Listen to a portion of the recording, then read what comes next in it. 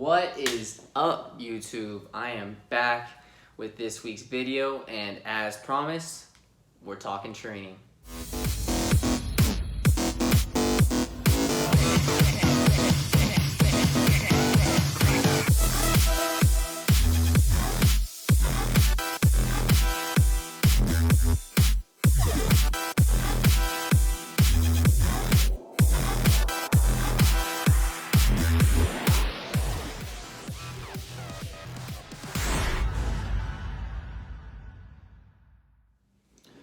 So, the specific topic that I wanted to get into today regarding training is going to have to do with cardio and fat loss.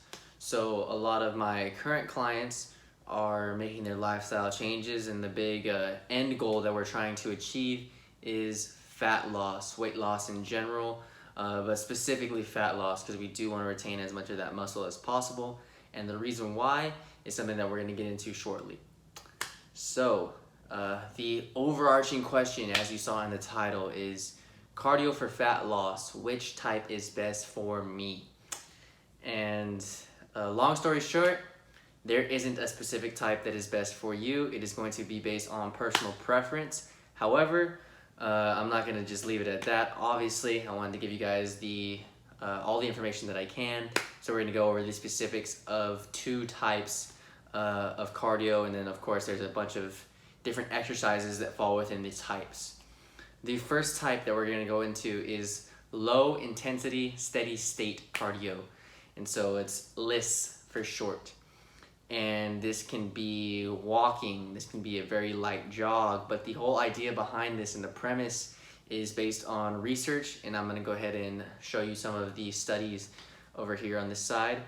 However, on most cardio equipment that you see nowadays, there's going to be a chart, and it's going to have heart rates on that chart. It'll be 160 to 170, 145 to 160, and so on that chart.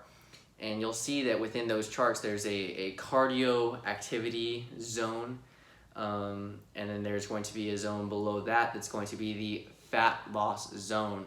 And so what's regarded as the fat loss target heart rate? A wealth of the literature is going to tell you to calculate your maximum heart rate first. So how do you do that?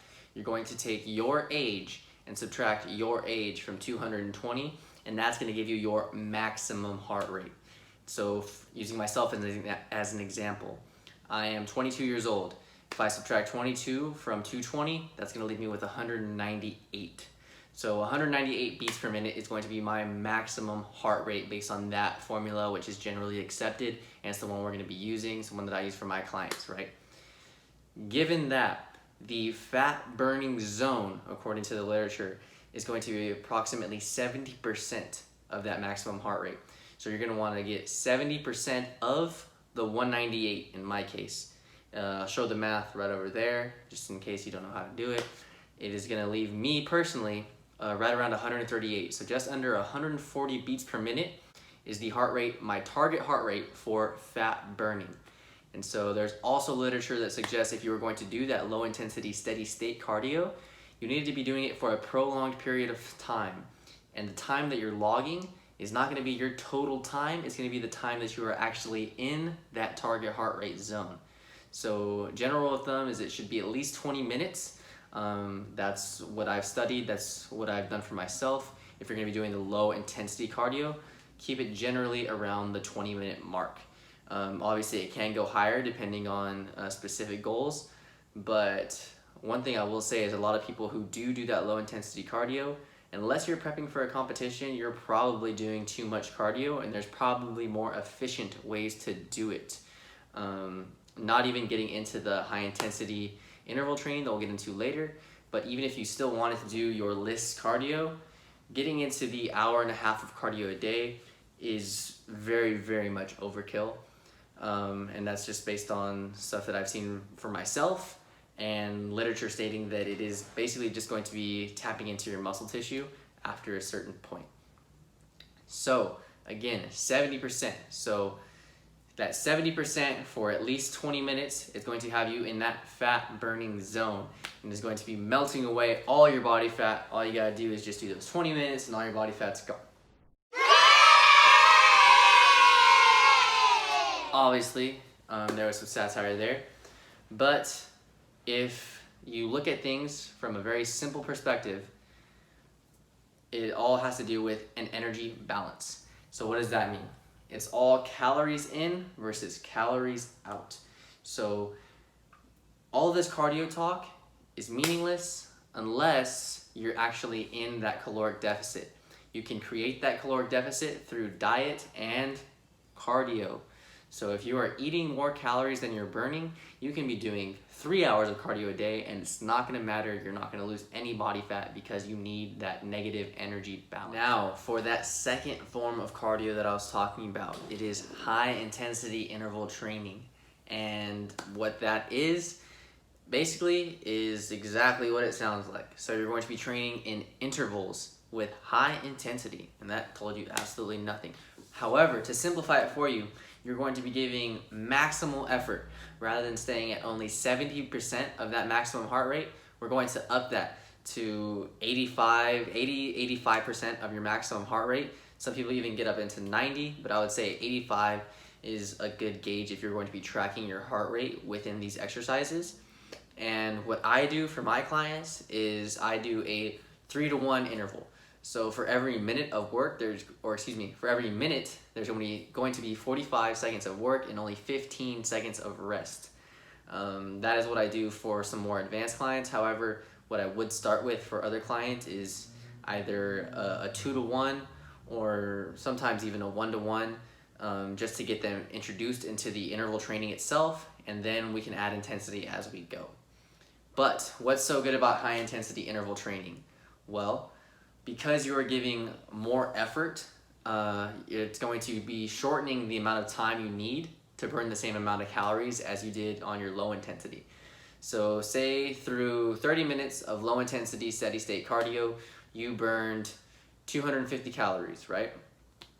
Well, with high intensity interval training, you can burn those 250 calories in a much shorter time. Call it 20 minutes, or maybe even 15. You might be able to shave it in half, right?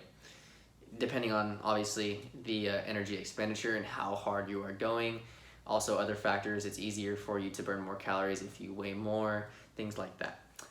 But another awesome aspect of high intensity interval training is literature shows that you have the potential to actually build muscle while doing this form of cardio.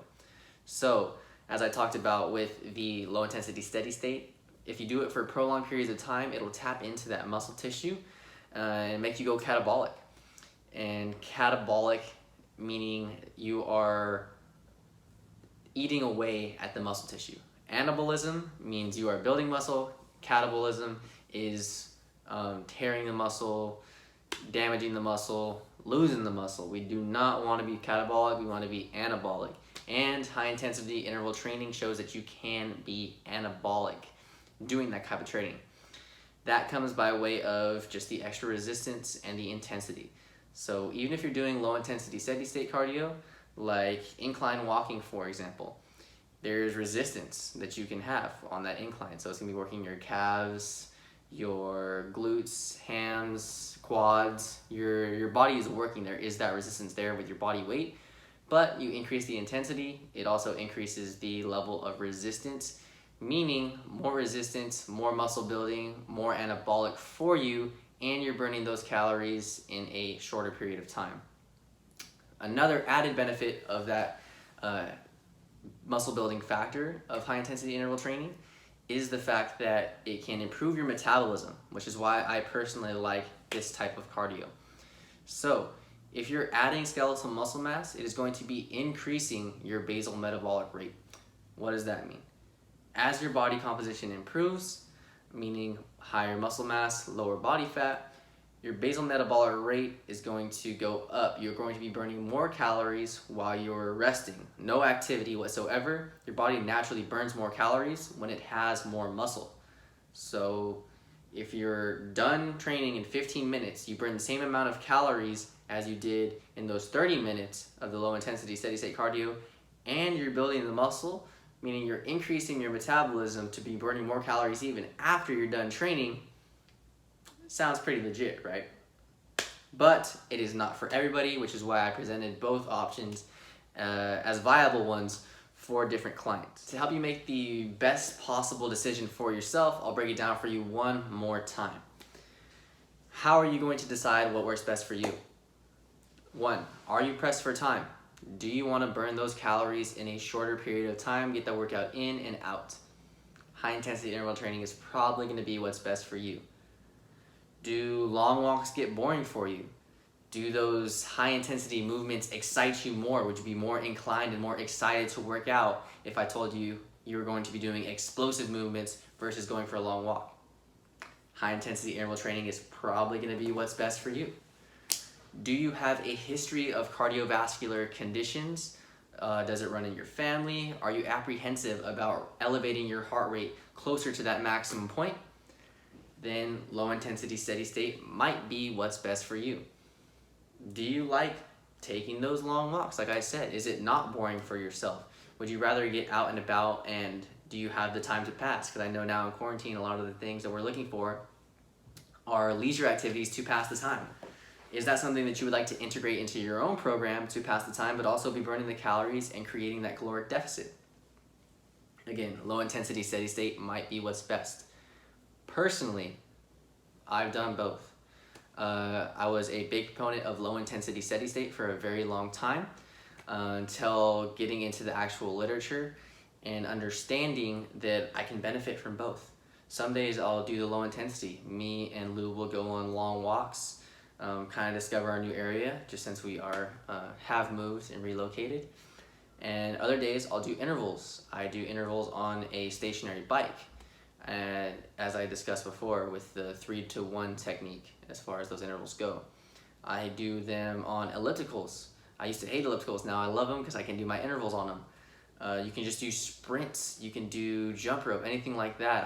I like being more athletic. I come from an athletic background in high school, and I became very unathletic when I got into bodybuilding, so now I'm trying to bridge the gap a little bit now that I am not competing. So I do both personally, and there is a place for both when necessary, is what I will say as the caveat.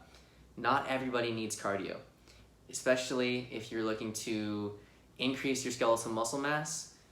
Excessive cardio is going to hinder your progress very, very much. I believe it is healthy for all individuals to have some form of cardio, maybe 3 times a week for about that 20-minute range, just for general heart health.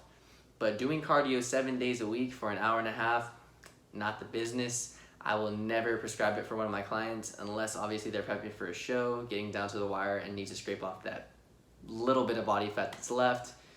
But as far as the clients that I'm coaching right now, none of them are there yet. And I'm pretty sure only a handful of them have any cardio prescribed other than daily step targets. That is basically going to be just your energy expenditure throughout the day naturally, or maybe taking an extra walk here or there. Main point of focus for this entire video is that the best way to burn your body fat is going to be through resistance training. Building your muscle mass to naturally burn more calories, thus decreasing the necessity for cardio at all. That is all I have for you this week. I hope you enjoyed. I hope I was able to answer a few of your questions. Next week, we'll probably get back to nutrition. Maybe we'll dabble in both. Any suggestions that you have for next week's video, drop them in the comments below, and I'll see you soon.